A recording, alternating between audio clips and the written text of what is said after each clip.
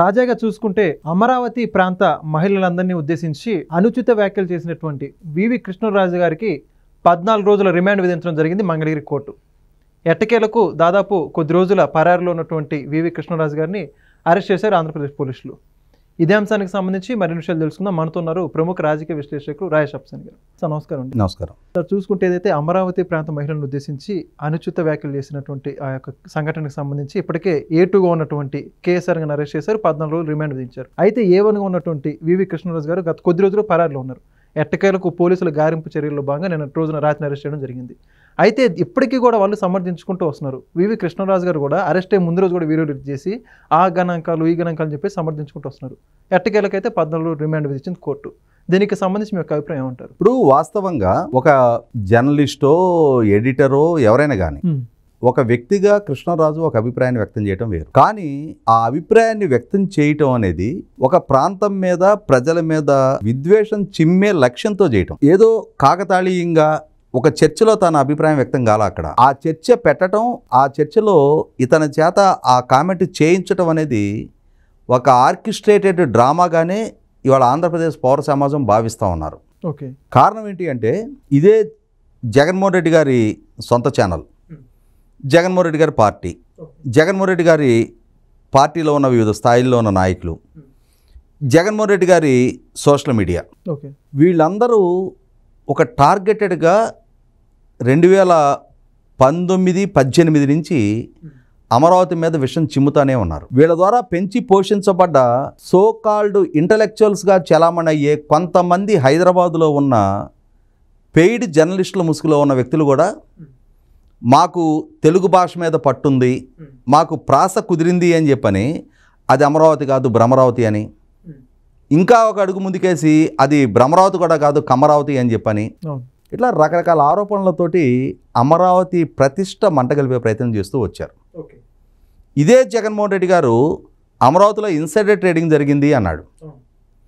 Insider trading జరిగింది ఎప్పుడు, ఎక్కడ, ఎవరి ఆధ్వర్యంలో ఎవరికి లబ్ధి చేకూరింది అనే దాన్ని 5 సంవత్సరాలు ఆయన పాలనా హయాంలో దాన్ని ఎస్టాబ్లిష్ చేయలే. రాజకీయంగా కొందరిని లక్ష్యంగా చేసుకున్నాడు. తనకి ప్రతిబంధకంగా మారతారు అనుకున్న సుప్రీంకోర్టు చీఫ్ జస్టిస్ కాబోతున్న ఎన్వి రమణ గారి మీద, ఇప్పుడు అడ్వకేట్ జనరల్గా ఉన్న దమ్మలపాటి శ్రీనివాస్ గారిని లక్ష్యంగా చేసుకొని ఇన్సైడర్ ట్రేడింగ్ కేసులు పెట్టాడు. ఇష్యూ సుప్రీంకోర్టు వరకు చేరింది. భూములు కొనుగోలు అమ్మకాల్లో ఇన్సైడర్ ట్రేడింగ్ అనే ప్రస్తావనే రావడానికి వీల్లేదు అని చెప్పని సుప్రీంకోర్టు తీర్పు వచ్చిన తర్వాత ఇక ఆ అస్త్రాన్ని అక్కడికి మడిచిపెట్టి లోపల దాచిపెట్టుకున్నారు. స్ట్రాటజికల్గా తాను అధికారంలోకి వచ్చిన మొదటి నాటి నుంచి తన పార్టీలో, తన ప్రభుత్వంలో వివిధ హోదాల్లో ఉన్న నాయకులతోటి అమరావతి మీద మడ్ స్లెడ్జింగ్ అంటారు, బురద చల్లటమే లక్ష్యంగా, అమరావతి ముంపు ప్రాంతం అని, అమరావతి శ్మశానం అని, అమరావతి ఎడారి అని, అమరావతిలో కాస్ట్ ఆఫ్ కన్స్ట్రక్షన్ ఎక్కువ అని చెప్పని మాకు మెడ్రాస్ ఐఐటి వాళ్ళు రిపోర్ట్ ఇచ్చారు అని చెప్పని, ఏ మెడ్రాస్ ఐఐటి బృందంతో వీళ్ళు అక్కడ నిపుణులను పిలిపించి అక్కడ ఏమీ టెస్టులు చేయించలా, వీళ్ళకి వీళ్ళే ఆ పదాలు సృష్టించారు, ప్రచారం చేశారు, నిందలు మోపారు.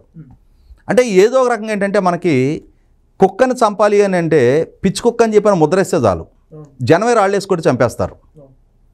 అది పిచ్చిదా మంచిదా అని చెప్పని దాన్ని ఆపి నువ్వు మంచిదానవా పిచ్చిదా అని అడిగితే సమాధానం చెప్పలేని నోరులేని జీవి కదా. అలాగే అమరావతి కూడా ఒక రాష్ట్ర ప్రభుత్వం ద్వారా ప్రతిపాదించబడ్డ ప్రాంతం, అసెంబ్లీ ద్వారా నిర్ణయం జరిగిన ప్రాంతం.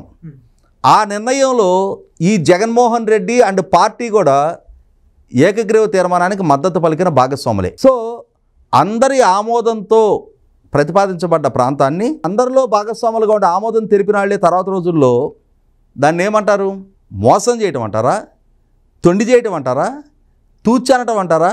మనం రకరకాల చిన్నపిల్లల ఆటల నాటి నుంచి రకరకాల పదాలు వాడుతూ ఉంటాం కదా. నాలిక మడతేసి మాట తప్పి మడమ తిప్పింది జగన్మోహన్ రెడ్డి. ఆయన మడమ తిప్పాడు కాబట్టి ఆయన పార్టీకి, ఆయన శ్రేణులకి, ఆయన నాయకులకి, ఆయన సోషల్ మీడియాకి, ఆయన సొంత మీడియాకి కూడా మడమ తిప్పాల్సిన గత్యంతరం లేని స్థితి ఆయన కల్పించాడు. ఎందుకంటే ఆయన్ని ఫాలో అవుతున్నారు కాబట్టి. ఇటువంటి స్థితి నుంచి అదే విధమైన బురద చల్లడంలో భాగంగానే ఇవాళ ఆయన ఛానల్లో ఈ చర్చ పెట్టారని చెప్పని నేను 100% భావిస్తాను. ఎందుకంటే ఆయన ఎన్నికల్లో ఓడిపోయాడు, ఎన్డీఏ కూటమి అధికారంలోకి వచ్చింది. ఎన్డీఏ కూటమి అధికారంలోకి వచ్చిన తర్వాత ఒకనాడు చంద్రబాబు నాయుడు గారు ఒక ట్వీట్ పెట్టారు. ఈరోజు ఇండియా హెడ్తో నేను మాట్లాడాను, యూట్యూబ్ అకాడమీ ఇక్కడ ఏర్పాటు చేయమని చెప్పి నేను ప్రతిపాదించాను అని చెప్పి ఆయన ఒక ట్వీట్ పెట్టారు. రాష్ట్ర ముఖ్యమంత్రిగా తాను రాజధానిగా ప్రతిపాదించి అభివృద్ధి చేయబోతున్న ప్రాంతంలో ఒక పెట్టుబడిదారుని ఆహ్వానించటం ఆయన ప్రయత్నం. ఆయన ప్రతిపాదనని మన్నిస్తారా మన్నించరా, వాళ్ళు ఇక్కడికి వచ్చి సంస్థ ఏర్పాటు చేస్తారా చేయరనేది కాలం నిర్ణయిస్తుంది. కానీ ఆయన ట్వీట్ పెట్టగానే ఆ యూట్యూబ్ అకాడమీని ట్యాగ్ చేస్తూ ఆ వైసీపీ ఉన్మాదులు పెట్టిన ట్వీట్ ఏంటి? అమరావతి ముంపు ప్రాంతం, అమరావతిలో శాంతి భద్రతలు కొరవడ్డాయి, అమరావతిలో మహిళలకు భద్రత లేదు, మీ సిబ్బంది ఆఫీస్కని వచ్చిన వాళ్ళు మళ్ళీ క్షేమంగా ఇంటికి వెళ్తారని చెప్పి నమ్మకం లేదు, కాబట్టి మీరు అమరావతిలో పెట్టుబడి పెట్టొద్దు, మీరు ఏదైనా పెట్టుబడి పెట్టదలుచుకుంటే హైదరాబాద్ని పరిగణలోకి తీసుకోండి అని చెప్పని ఈ ఉన్మాదుల ముఠ చంద్రబాబు నాయుడు గారి ట్వీట్ కింద కామెంట్లో యూట్యూబ్ అకాడమీని ట్యాగ్ చేస్తూ వాళ్ళు ఆ విధమైన పోస్టులు పెట్టారు. అంటే ఏంటి అర్థం? అక్కడ అమరావతిలో మహిళలకు భద్రత ఉందో లేదో అని చెప్పని ఏ ప్రామాణికంగా చెప్తా ఉన్నారు వీళ్ళు? అక్కడ ఎవరైనా మహిళల అపహరణకు గురయ్యారా? అక్కడ మహిళల మీద అగాత్యాలు జరిగాయా? ఏ కారణం లేదు. అమరావతి అభివృద్ధి చెందడం ఇష్టం లేని ఉన్మాదుల ముఠ తాము గబ్బిలాలు తిరిగిచ్చిన ప్రాంతం, తాము కొండ చెలవలు పెంచి పోషించిన ప్రాంతం, ఇవాళ అక్కడ డీఫారెస్టేషన్ జరిగి అక్కడ మళ్ళీ నిర్మాణ రంగం పురుడు పోసుకోవటం, అక్కడ వేలాది మంది మళ్ళీ తిరిగి ఉపాధి పొందటం, అక్కడ అభివృద్ధి జరగటం, అక్కడ సంస్థలు గ్రౌండింగ్ అవటం, అక్కడ యువతకు ఉపాధి దక్కటం, అక్కడ ఒక నగర నిర్మాణం జరగటం అనేది జీర్ణించుకోలేని ఉన్మాదులు ఈ విధమైన ప్రచారానికి తెగబడ్డారు. దాంట్లో భాగంగానే కృష్ణరాజు కూడా అమరావతి ప్రాంతాన్ని వ్యక్తిత్వ హనానికి పాల్పడ్డాడు. అతను వాడిన మాటలు మళ్ళీ మళ్ళీ మనం రిపీట్ చేయవసరలా. అతను మాట్లాడిన మాటలకి తర్వాత అతను వీడియోల్లో చూపించిన సాక్ష్యాలకి ఏమాత్రం పొంతల లేని మాటలు. అతనేం మాట్లాడుతున్నాడు? అమరావతి పంచాయతీరాజ్ గెస్ట్ హౌస్లో వ్యభిచారం జరుగుతుంది, విజయవాడకు సంబంధించిన యువతలు పోలీసులు జరిపిన రైడ్లో అరెస్ట్ అయ్యారు అనేది పేపర్ క్లిప్పింగ్ చూపిస్తూ ఉన్నాడు. అమరావతిలో పంచాయతీరాజ్ గెస్ట్ హౌస్ ఎక్కడుంది? 29 గ్రామాలు 217 స్క్వేర్ కిలోమీటర్ల పరిధిలో పంచాయతీరాజ్ గెస్ట్ హౌస్ ఎక్కడుంది? ఆయన ఆ అమరావతిని చూపించి అక్కడ ఒకవేళ పంచాయతీరాజ్ గెస్ట్ హౌస్ ఉండుంటే దాన్ని ఇక్కడికి ఆపాదించి మాట్లాడుతూ ఉన్నాడు. ఓకే, కొన్ని వెబ్సైట్లని చూపిస్తూ ఉన్నాడు. అక్కడ వ్యభిచారం జరిగింది అంటున్నాడు. ఇవాళ యు నేమ్ ఎనీ ప్లేస్, ఈ కృష్ణరాజు కాపురం ఉంటున్న ఇంటి దగ్గర అయినా సరే, లేదు జగన్మోహన్ రెడ్డి ప్రస్తుతం ఉంటున్న బెంగళూరులో అయినా సరే, జగన్మోహన్ రెడ్డి పుట్టి పెరిగిన పులివెందుల్లో అయినా సరే, లేదా అతను పెరిగిన హైదరాబాద్లో అయినా సరే, వ్యభిచార ముఠాలు లేని అడ్డా ఏది? ఇవాళ జోదం, తాగుడు, స్మోకింగు వీటిలాగానే వ్యభిచారం అనేది కూడా సమాజంలో ఒక రుగ్మత. ఆ వ్యసనానికి బానిసలైన వాళ్ళు, దాన్నే ఉపాధిగా పొందుతున్న వాళ్ళు గత్యంతరం లేని స్థితిలో, అండర్లైన్ మై వర్డ్స్, ఏ మహిళ కోరి కోరి వ్యభిచారిణిగా బతకాలి అని చెప్పని కోరుకోదు. గత్యంతరం లేని స్థితిలో బలవంతాన నెట్టబడుతుంది ఆ వృత్తిలోకి. తన కుటుంబాన్ని పోషించుకునే గత్యంతరం లేని స్థితిలో ఆ వృత్తిలో కొనసాగుతారు. అటువంటి వాళ్ళని సాగ్గా చూపించి నువ్వు ఒక ప్రాంతాన్ని, అక్కడ ఉన్న ప్రజలని అవమానిస్తూ ఉన్నావు. మనం ఇంతసేపటికి నుంచి ఇన్ని రోజుల నుంచి అతను మహిళలను మాత్రం అవమానించాడు అని అనుకుంటున్నాం. మహిళలను మాత్రం అవమానించాలి. అతను ఏమన్నాడు? అమరావతి చుట్టుపక్కల హయ్యెస్ట్ నెంబర్ ఆఫ్ ఎయిడ్స్ పేషెంట్లు ఉన్నారు అంటున్నాడు. అంటే పురుషుడిని కూడా కలిపే అవమానించాడు. అదే సందర్భంలో ఇంకొక మాట ఏం చెప్తున్నాడు? ఈ చూపించిన అన్ని రిపోర్టుల్లో మహిళల గురించి ప్రస్తావిస్తున్నాడు. మహిళలు మాత్రమే వ్యభిచారం చేశారా? వాళ్ళతో పాల్గొన్న పురుషుల ప్రస్తావన ఎందుకని రావట్లా? మరి మహిళల గురించే ఎందుకు నిందలు మోపుతా ఉన్నాను? వాళ్ళతో వ్యభిచారంలో పాల్గొన్న పురుషులు అరెస్ట్ కాలేదా? మహిళలు మాత్రం అరెస్ట్ అయ్యారా? అంటే ఏ విధమైన లాజిక్ ఇది? ఇక్కడ గమనించుకోవాల్సింది ఏంటి అంటే, అంతర్జాతీయ సంస్థలు, జాతీయ సంస్థలు అమరావతి ప్రాంతంలో పెట్టుబడులు పెట్టడానికి ప్రతిపాదనలు సిద్ధం చేసుకుంటూ ఉన్నాయి.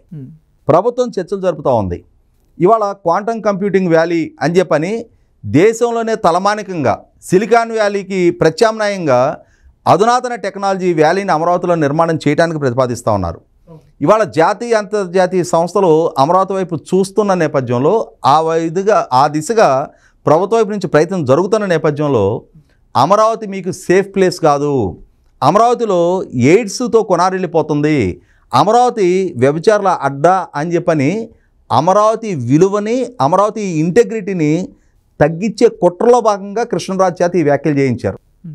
అంతే తప్ప ఆ ప్రాంత ప్రజల నొక్కలనే లక్ష్యంగా చేసుకొని కాదు, మొత్తం రాష్ట్ర రాజధాని లక్ష్యంగా చేసుకొని ఒక దీర్ఘకాలిక ప్రణాళికతో రాష్ట్ర రాజధాని వ్యక్తిత్వానికి పాల్పడ్డారు. రాష్ట్ర ప్రజల వ్యక్తిత్వానికే కాదు, ఇక్కడ ఆ రాష్ట్ర రాజధాని వ్యక్తిత్వానికే పాల్పడ్డ నేపథ్యంలో కృష్ణరాజు అరెస్ట్ అనేది నా ఉద్దేశం అయితే ఇవాళ అమరావతి ప్రాంత ప్రజలకు, లేకపోతే అక్కడ అతను వాడిన అమరావతి ఇరుగు పొరుగు ప్రాంతాలు అన్నాడు. అంటే ఏంటి, గుంటూరు కృష్ణా జిల్లాల మొత్తాన్ని కలిపి అన్నాడు. నిజంగా కనుక ప్రజలకు అవకాశం దక్కితే తెనాలిలో రౌడీ షీటర్లకు పోలీసులు ఇచ్చిన ట్రీట్మెంట్ కన్నా ఇంకా కఠినమైన ట్రీట్మెంట్ ఇవ్వడానికి ప్రజలు సిద్ధంగా ఉంటారు. ప్రజల చేతుల్లో కనుక కృష్ణరాజు దక్కితే, కృష్ణరాజు వాళ్ళు చాలా అదృష్టవంతుడు, పోలీసులకు దొరికాడు. అదే వాళ్ళ ప్రజలకు కనుక దక్కున్నట్టయితే ఆ రౌడీ షీటర్లకు దక్కింది చాలా చిన్న శిక్ష అయి ఉండేది. నేను చెప్తున్నా, నేను అదే ప్రాంతంలో పుట్టి పెరిగా. ఇవాళ అతను ఆ ప్రాంతం మొత్తాన్ని అవమానించాడు. ఇవాళ గుంటూరు జిల్లాని కృష్ణా జిల్లాని కలగలిపి అవమానించాడు. అక్కడ పౌర సమాజాన్ని అవమానించాడు, అక్కడ ప్రజలని మహిళలను అవమానించాడు.